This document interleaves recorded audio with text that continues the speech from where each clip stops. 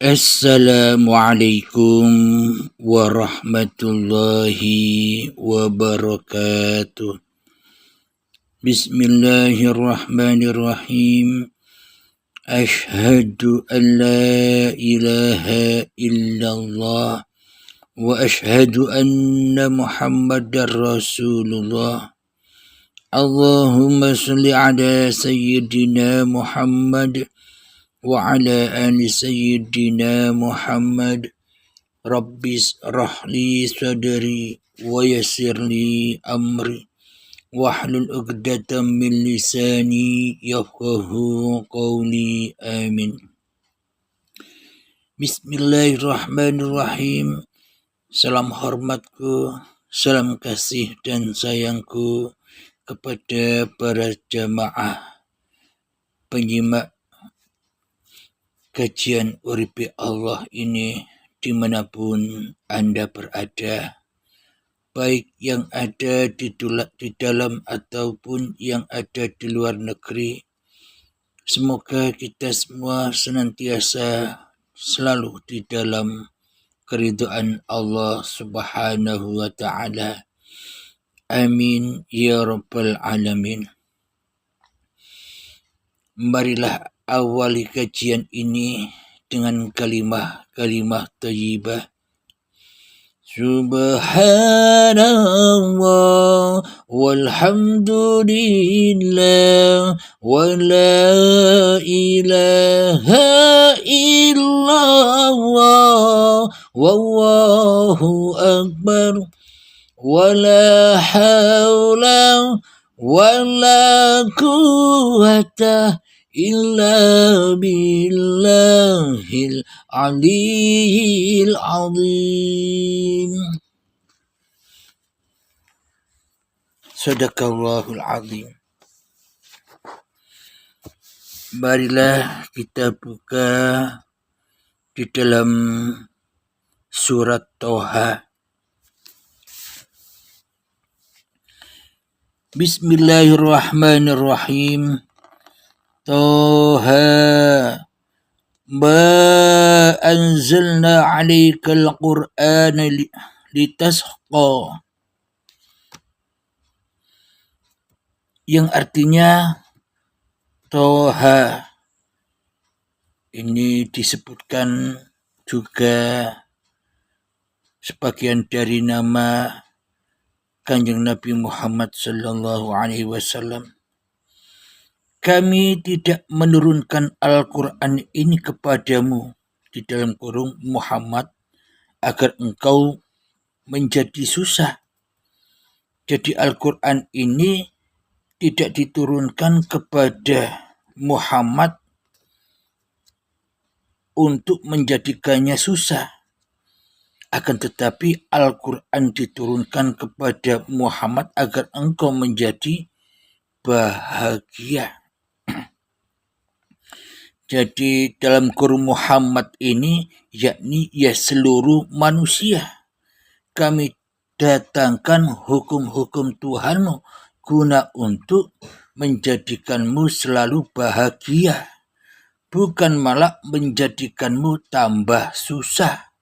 Jadi apabila kita mengikuti hukum-hukumnya Allah, hati lebih bahagia daripada kita berpegang teguh kepada hukum-hukum hawa nafsu kita sendiri. Kita dipenjara oleh diri kita sendiri. Kenapa? Karena kita tidak mengikuti hukum-hukum Tuhan yang telah menjadikan, hukum-hukum Tuhan yang telah menciptakan, hukum-hukum Tuhan yang telah mengadakan, hukum-hukum Tuhan yang telah menghidupkan kita semua, wahai seluruh umat manusia.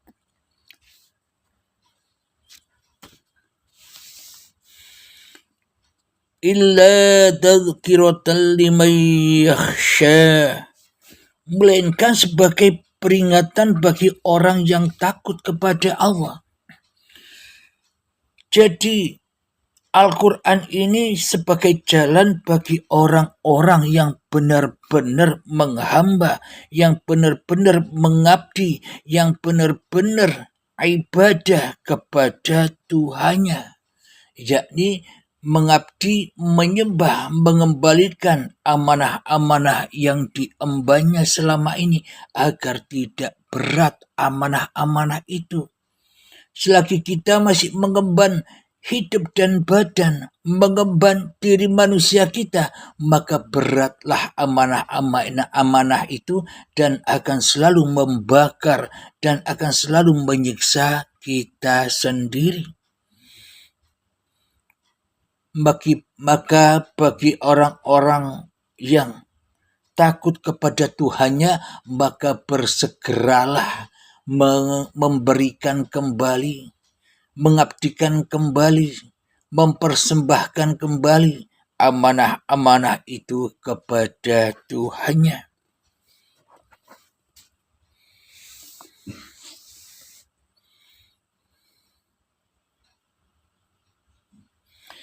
تنزيلا ممن خلق الأرض والسماوات الأولى Wassamawatil ula, diturunkan dari Allah yang menciptakan bumi dan langit yang tinggi, yakni manusia itu diciptakan oleh Allah dari langit dan bumi. Maknanya hidup itu sebagai langitnya, badan itu sebagai buminya. Jadi Allah lah yang menciptakan keduanya. Bila manusianya masih merasa sebagai pencipta langit dan bumi, maka selamanya manusia belum takut kepada Tuhannya. Manusia bangkang kepada Tuhannya. Manusia zalim kepada dirinya sendiri. Ketika manusia berkedudukan di dalam hatinya sebagai pencipta hidup dan badan, sebagai pencipta langit dan bumi. Coba kita hayati, selama ini kan kita seolah-olah sebagai pencipta hidup dan badan. Seolah-olah kita selama ini sebagai pencipta langit dan bumi. Kita bisa melihat langit karena hawa nafsu kita sendiri. Kita melihat keadaan apapun di bumi yang kita pandang ini karena hawa nafsu kita sendiri. Karena diri kita lah yang bisa menyaksikan langit dan bumi. Inilah tanda bahwa kita selama ini seolah-olah kita sudah menciptakan hidup dan badan ini. Seolah-olah hidup dan badan ini hanya milik kita, bukan milik Tuhan. Karena Tuhannya gaib terus, yang wujud manusianya. Inilah orang-orang yang ingkar kepada Tuhannya. Inilah orang-orang yang berbuat dosa yang amat dosa yang besar, yang tak dapat diampuni oleh Tuhannya ketika manusia masih jadi pencipta langit dan bumi, ketika manusia masih merasa menjadi pencipta hidup dan badannya di hatinya, ya termasuk saya.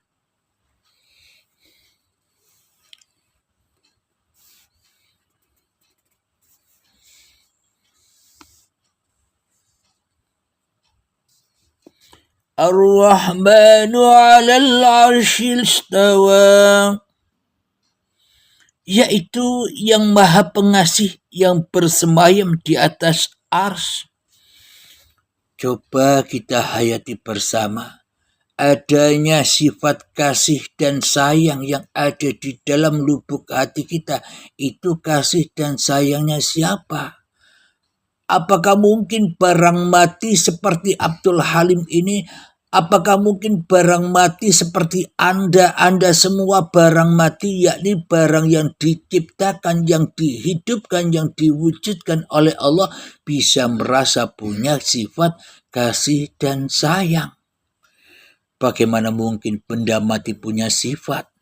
Benda mati tak punya sifat. Coba dicek lagi di dalam surat Al-Insan ayat pertama bahwa manusia tak bisa disebut bukan apa-apa dan bukan siapa-siapa. Barang mati ya sifatnya bukan apa-apa dan bukan siapa-siapa.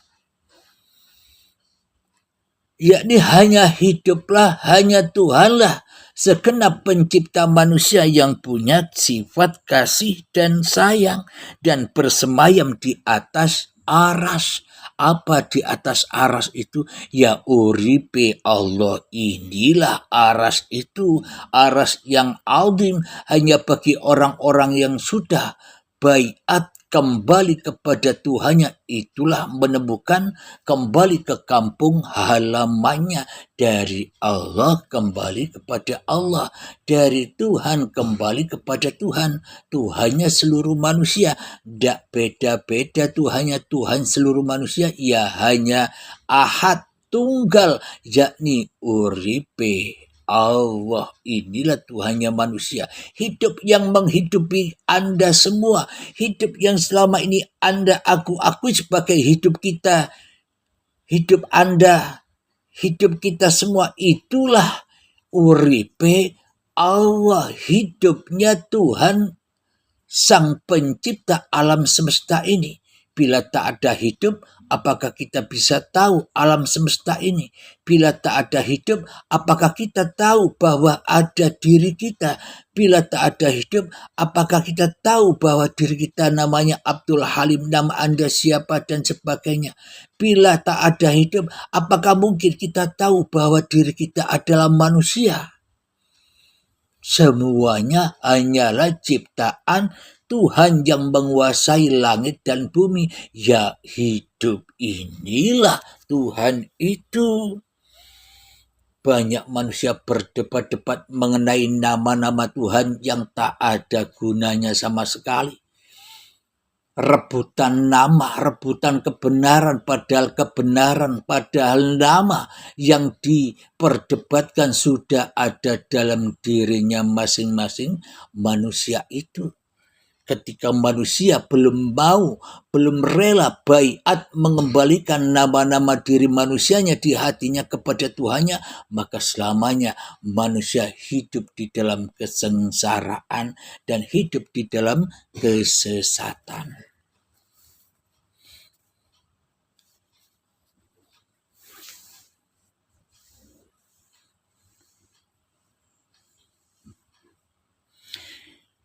Kita lanjutkan di surat Toha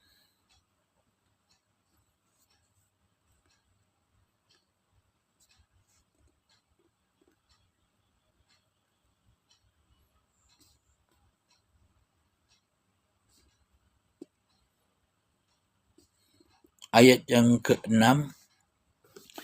Lahu ma fis samawati wa ma fil ardi wa ma bainahuma wa ma tahta tsara. Artinya miliknya lah apa yang ada di langit, apa yang ada di bumi, apa yang ada di antara keduanya, dan apa yang ada di bawah tanah. Berarti kita ini dan alam semesta yang kita lihat, yang kita dengar, yang kita rasakan ini hanyalah milik Allah. Tentunya wajib ain bahwa hanya Allah yang ada. Bila hanya diri kita yang ada di dalam hati kita, bila hanya Abdul Halimnya yang ada di dalam hatiku sebagai yang wujud, sebagai yang hidup, maka inilah Abdul Halim sudah menentang, memusuhi Tuhan yang menciptakan dirinya yang dari tanah ini. Ayat yang ke-7.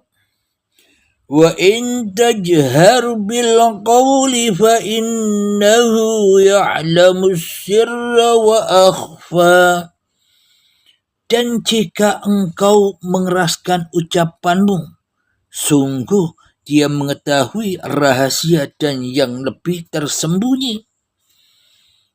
Inilah tanda bukti bahwa Allah Bapa, Rama, Sang Yang Widi Gusti menguasai apapun yang diciptakannya.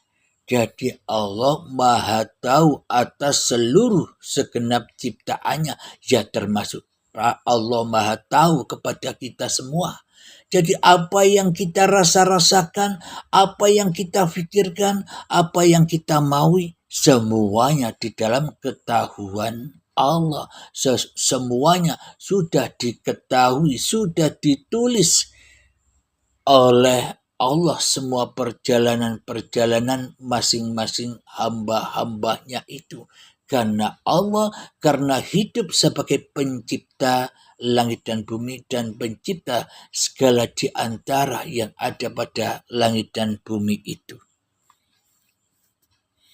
Disembunyikan bagaimanapun perasaan kita, bila yang ada, yang wujud, yang hidup di dalam hati kita hanyalah manusianya saja. Allah digoibkan oleh manusianya, Allah pun tahu. Dan bila yang ada di dalam hati kita pasca mengikuti bimbingan baiat, yang ada hanya Allah, Allah ya tahu.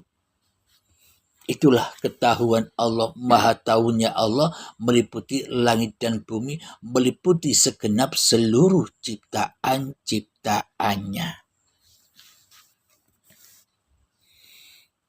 Kenapa manusia-manusia yang ingkar kepada Tuhannya, yang tidak mau bersujud kepada Tuhannya, karena manusianya lebih mengikuti langkah-langkah iblis dan setan daripada langkah-langkah para Nabi dan Rasulnya Allah. Jadi manusia lebih cinta dibaiat, diajak oleh hawa nafsunya, menjadikan mursyid hawa nafsunya, menjadikan mursyid setan iblisnya, daripada menjadikan mursyid siapa yang menciptakan dirinya. Sehingga manusianya sama-sama zolimin dan tersesat di dalam awake dewe-dewe.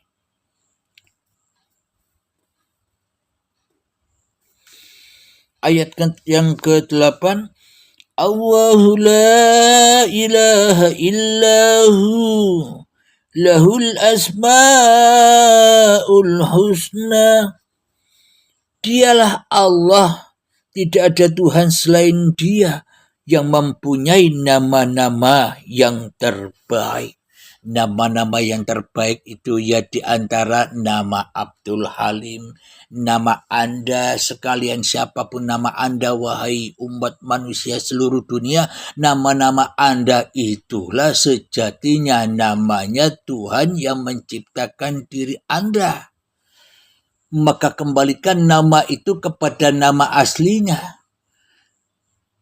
lewat pintu ikut bimbingan baiat. Bila Anda kembalikan sendiri, ya silahkan. Pokoknya yang penting Anda tahu di mana harus diserahkan nama Anda itu.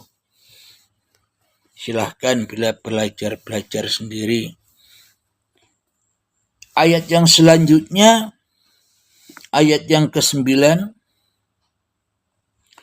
Wahal ataka hadithu Musa. Dan apakah telah sampai kepadamu kisah Musa? Ini kita mengkaji kisahnya Nabi Musa terkait dengan baiat, sholat di dalam baiat. Karena sebelum dibaiat manusia tak pernah bisa sholat. Bila belum bertemu dengan Tuhannya, manusia takkan pernah bisa menghadap Tuhannya. Menghadapnya, berbaktinya, selama ini hanya angen-angen, hanya hayalan, hanya sia-sia saja. Bagaimana mungkin kita menyembah dan mengabdi kepada yang gaib, yang tak ada. Arahnya kemana? Tidak tentu, arahnya ngawur. Menghadap ya harus tahu yang dihadap, tahu yang dituju, sudah ketemu dengan siapa yang dihadapinya, yakni sudah ketemu bahwa hidup ini hidupnya siapa. Ayat yang ke-11, إذ رأى نارا فقال لأهلهم كثوا إني آنست نارا لعلي آتيكم منها بقبس أو أجد على النار هدى. Ketika Musa melihat api, lalu dia berkata kepada keluarganya, tinggallah kamu di sini. Sesungguhnya aku melihat api. Mudah-mudahan aku dapat membawa sedikit nyala api kepadamu, atau aku akan mendapat petunjuk di tempat api itu. Nah, di sini kita mentafsiri, memaknai secara mutasabihatnya, secara ketuhanan, bukan secara cerita manusianya. Bila cerita manusianya sudah banyak diceritakan, dongeng-dongeng manusianya yang selama ini sudah kita banyak dengar tentang kisah-kisah para nabi. Di paparan uripe Allah ini menerangkan isi hati, bukan menerangkan babakan lahiriahnya. Ketika Musa melihat api, lalu dia berkata kepada keluarganya, tinggallah kamu di sini, sesungguhnya aku melihat api, mudah-mudahan aku dapat membawa sedikit nyala api kepadamu, atau aku akan mendapat petunjuk di tempat itu. Maknanya di sini Musa sudah tahu kesalahannya, sudah tahu kezalimannya, yang mana di dalam hatinya hanyalah ada api hawa nafsu, api kewujudan Musanya, api kehidupan Musanya, api kekuasaan Nabi Musanya di dalam hatinya. Maka dari itu Musa masuk ke dalam api itu, mendekat ke dalam api itu. Api ini bagaimana cara untuk memadamkan agar tidak panas, agar tidak membakar. Ayat yang ke-11 dari surat Toha.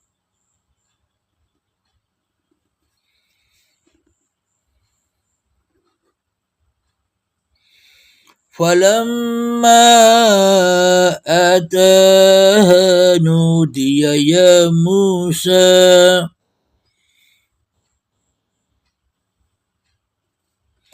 Maka ketika dia mendatanginya ke tempat api itu, dia dipanggil, wahai Musa.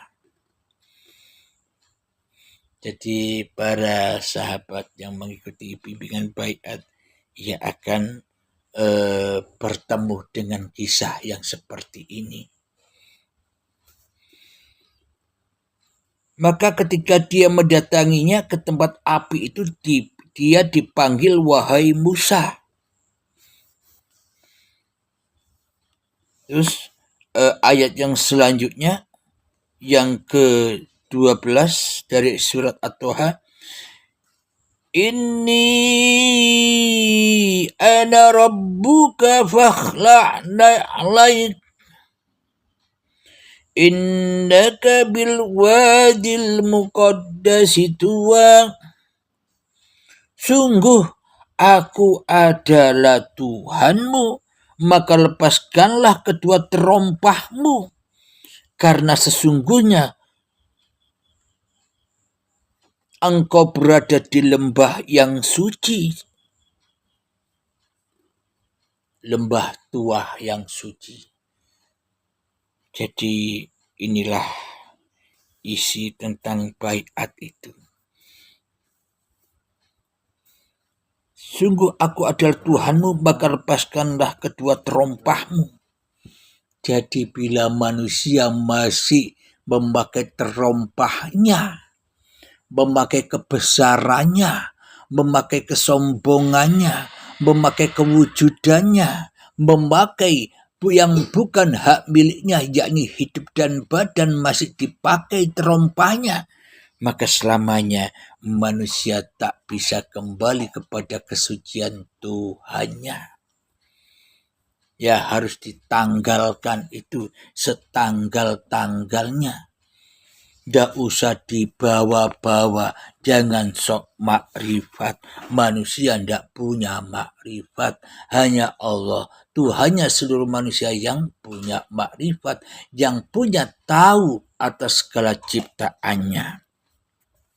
Jadi ikut bimbingan baiat itu bukan untuk mencari makrifat. Bila kita mencari makrifat, ya tambah jauh dari Tuhan. Salah paham. Tidak bisa makrifat kok ngaku-ngaku makrifat. Jadi tujuan ikut bimbingan baiat itu untuk melepaskan kemakrifatan yang kita tahu selama ini, bahkan untuk melepaskan ketahuan kita tentang hidup dan badan ini, agar supaya tidak makrifat lagi, agar supaya tidak jadi Tuhan lagi. Itu tujuan ikut bimbingan baiat. Bila kita belajar hakikat makrifat ini tambah merasa makrifat, ia disiksa terus, jaga Tuhan terus. Masa manusia yang jaga Tuhan? Ayat yang ke-13.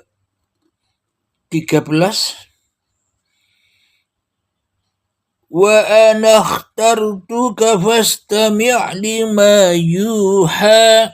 Dan aku telah memilih engkau, maka dengarkanlah apa yang akan diwahyukan kepadamu. Para sahabat-sahabat yang sudah mengikuti bimbingan baiat pasti tidak asing lagi dengan ayat ini. Dan aku telah memilih engkau, maka dengarkanlah apa yang akan diwahyukan kepadamu. Itu rahasianya bagi orang-orang yang sudah mengikuti bimbingan baiat. Kita lanjutkan ayatnya yang ke-14 dari surat Toha. Innani anallahu la ilaha illa ana fa'budni wa aqimis salata li dzikri. Inilah yang dimaksud sholat di dalam baiat. Jadi sesungguhnya semua perjalanan seluruh manusia ya baiat. Kembali kepada Allah, baik baiat dengan sukarela ketika manusianya sudah sadar bahwa dirinya salah, ataupun ketemu dengan baiatul akbar, yakni kembali dengan paksa dan azab siksa yang amat pedih. Dipisahkan dari harta-hartanya, dipisahkan dari kesenangan-kesenangannya, dipisahkan dari jabatan-jabatannya, dari pangkat-pangkatnya, dari ilmu-ilmunya, dari ibadah-ibadahnya, dipisahkan dari anak istrinya, suaminya, bahkan dipisahkan dengan hidup dan badannya.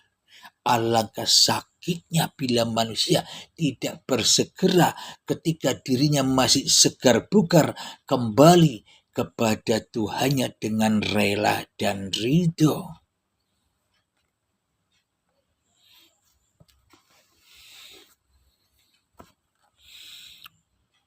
Kita ulangi, sungguh aku ini Allah, tidak ada Tuhan selain aku, maka sembahlah aku dan laksanakanlah sholat untuk mengingat aku. Bila kita tidak tahu aku inilah Allah, sungguh aku ini Allah. Bila kita yang hanya tahu bahwa sungguh aku ini Abdul Halim, ya selamanya Abdul Halim tak pernah bisa sholat. Karena Abdul Halimnya belum dibaiat untuk menuju terbang kepada lillah. Ya Abdul Halimnya ya harus melewati pintu baiat, ya mencari guru-guru yang bisa membimbing kita. Kalau kita baiat sendiri, ya lepas terbangnya kepada linas, kepada hawa nafsunya sendiri. Sungguh aku ini Allah, tidak ada Tuhan selain aku. Tidak ada yang ada, tidak ada yang wujud, tidak ada yang hidup, tidak ada yang berkuasa di atas seluruh umat manusia kecuali hidup, wujud, dan kuasanya yang menciptakan sendiri. Bukan wujud, kuasa, dan hidupnya manusianya. Kebalik imannya, bro.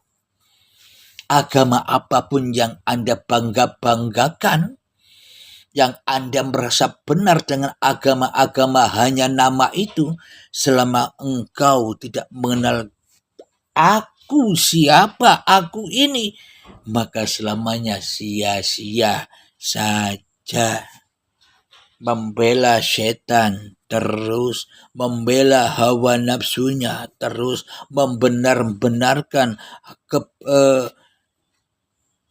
hawa nafsu yang dibela-belanya selama ini. Yang dibelanya hanyalah api nerakanya sendiri. Sesungguhnya aku ini Allah, tidak ada Tuhan selain aku. Siapa yang bisa bilang aku? Bila tak ada hidup, mana ada kata-kata aku, saya, kami, dia, mereka. Ya, tidak ada semua itu.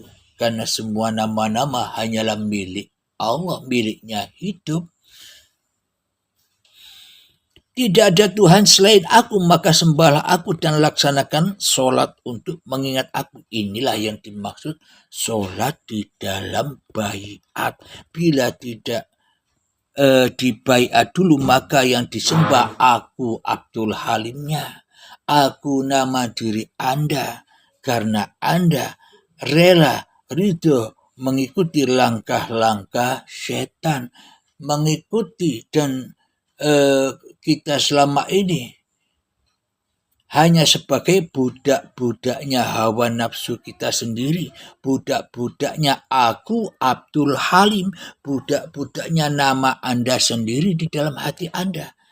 Karena kita selama ini terjerat oleh belenggu-belenggu ke Abdul Halimannya, terjerat dengan belenggu-belenggu nama-nama diri Anda sendiri di dalam hati Anda. Maka lepaskanlah untuk kembali pulang ke rahmatullah, jadi almarhum, mati sebelum mati. Jadi orang-orang yang sudah almarhum, almarhumah itu sudah ketemu dengan akunya Allah, karena sudah kembali ke sisi Allah. Jadi jangan sangka kita lebih mulia daripada mereka yang sudah meninggal. Kita inilah yang lebih buruk daripada mereka. Kenapa? Karena kita belum ketemu akunya Tuhan. Yang ada hanya akunya awae dewe. Sementara mereka yang sudah meninggal dunia tak bisa lagi mengaku-akui nama dirinya lagi. Kenapa? Karena hanya Allah yang bisa mengakui zatnya sendiri. Karena hanya Allah yang bisa mengakui ciptaan-ciptaannya sendiri. Kita lanjutkan ayat yang ke-15. Inna sa'ata atiyatun akadu ukhfiha litujza kullu nafsim bima tas'a. Sungguh hari kiamat itu akan datang. Aku merahasiakan waktunya agar setiap orang dibalas sesuai dengan apa yang telah dia usahakan. Inilah rahasianya ikut bimbingan baiat itu bagi sahabat-sahabat yang sudah ikut bimbingan baiat. Ini ayatnya. Sungguh hari kiamat itu akan datang. Sungguh hari kesadaran itu akan datang. Aku merahasiakan waktunya agar setiap orang dibalas sesuai dengan apa yang telah diusahakannya, agar manusia diobong ambek karepe dewe-dewe, agar manusia dihukum, dibakar dengan kehendak kuasanya hawa nafsunya sendiri-sendiri sebelum ketemu dengan bimbingan baiat, ketemu dengan kiamat, mati sebelum mati.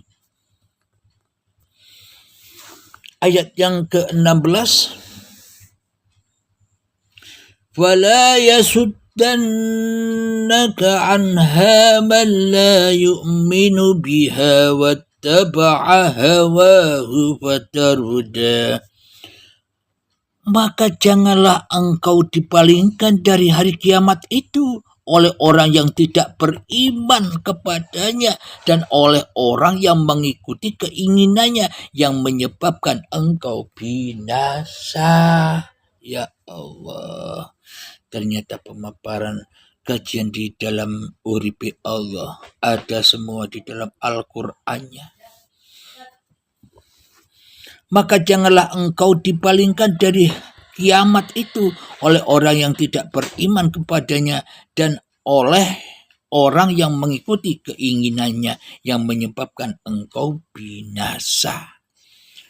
Jadi karena selama ini kita masing-masing diri manusia tidak akan pernah mau mati. Kenapa manusia inginnya hidup terus? Yaitulah pembalasannya, yaitulah kebinasaannya, yaitulah manusia ditakut-takuti oleh dunia, oleh pangkatnya, oleh jabatannya, ditakut-takuti oleh kekayaannya, karena takut ketemu hari kiamat, karena manusianya tidak mau mati. Tuhan saja yang mati, Tuhan saja yang goib. Aku Abdul Halim yang wujud, itu kan selama ini di hati kita. Maka dari itu, itulah saat-saat kematian binasa itu, itulah ahli kubur yang dikubur di dalam badan-badannya serta disiksa oleh api neraka, azab kubur. Jadi siapa bilang paparan Uripi Allah tidak percaya hari kiamat? Siapa bilang paparan Uripi Allah tidak percaya dengan siksa azab kubur? Kuburannya sudah terjadi kok tidak percaya? Sudah nyata bro, bukan angen-angen besok. Percuma di angen-angen besok kita tidak akan ketemu dengan kiamat, tidak akan ketemu Tuhan ketika kita hidup di dunia ini. Alhamdulillahirabbil alamin. Itulah surat Toha dari ayat yang pertama sampai ayat yang ke-16. Ternyata isinya adalah sholat di dalam baiat. Jadi apa sih sholat itu? Ketika manusianya sudah tak jadi Tuhan lagi di dalam hatinya, itulah sholat itu. Itulah sholatnya para nabi dan rasul, termasuk Kanjeng Nabi Muhammad. Muhammad, bukan kamu yang melempar, aku yang melempar. Itulah sholat. Sholat yang sebenar-benar sholat yang dilakukan oleh para nabi dan rasul. Kalau kita selama ini, Abdul Halim ini sholatnya ikut siapa? Ikut setan, ikut hawa nafsu, ikut Abdul Halim dewe. Jadi saya dan Anda sekalian sama-sama binasa, sama-sama jadi ahli kubur, disiksa dengan dunianya, disiksa dengan kesenangannya, dibakar oleh apa-apa yang Anda ingat dan Anda cintai di dunia ini. Alhamdulillahirabbil alamin.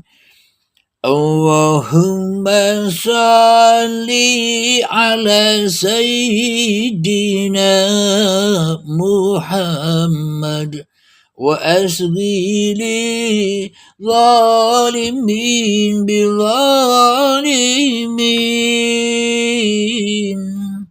Allahumma salli ala sayyidina Muhammad wa asghili zalimin biwalimin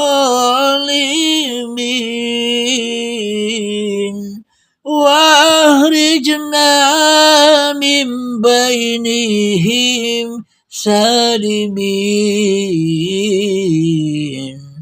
wa ala alihi wa sahbihi ajma'in. Alhamdulillahirabbil alamin.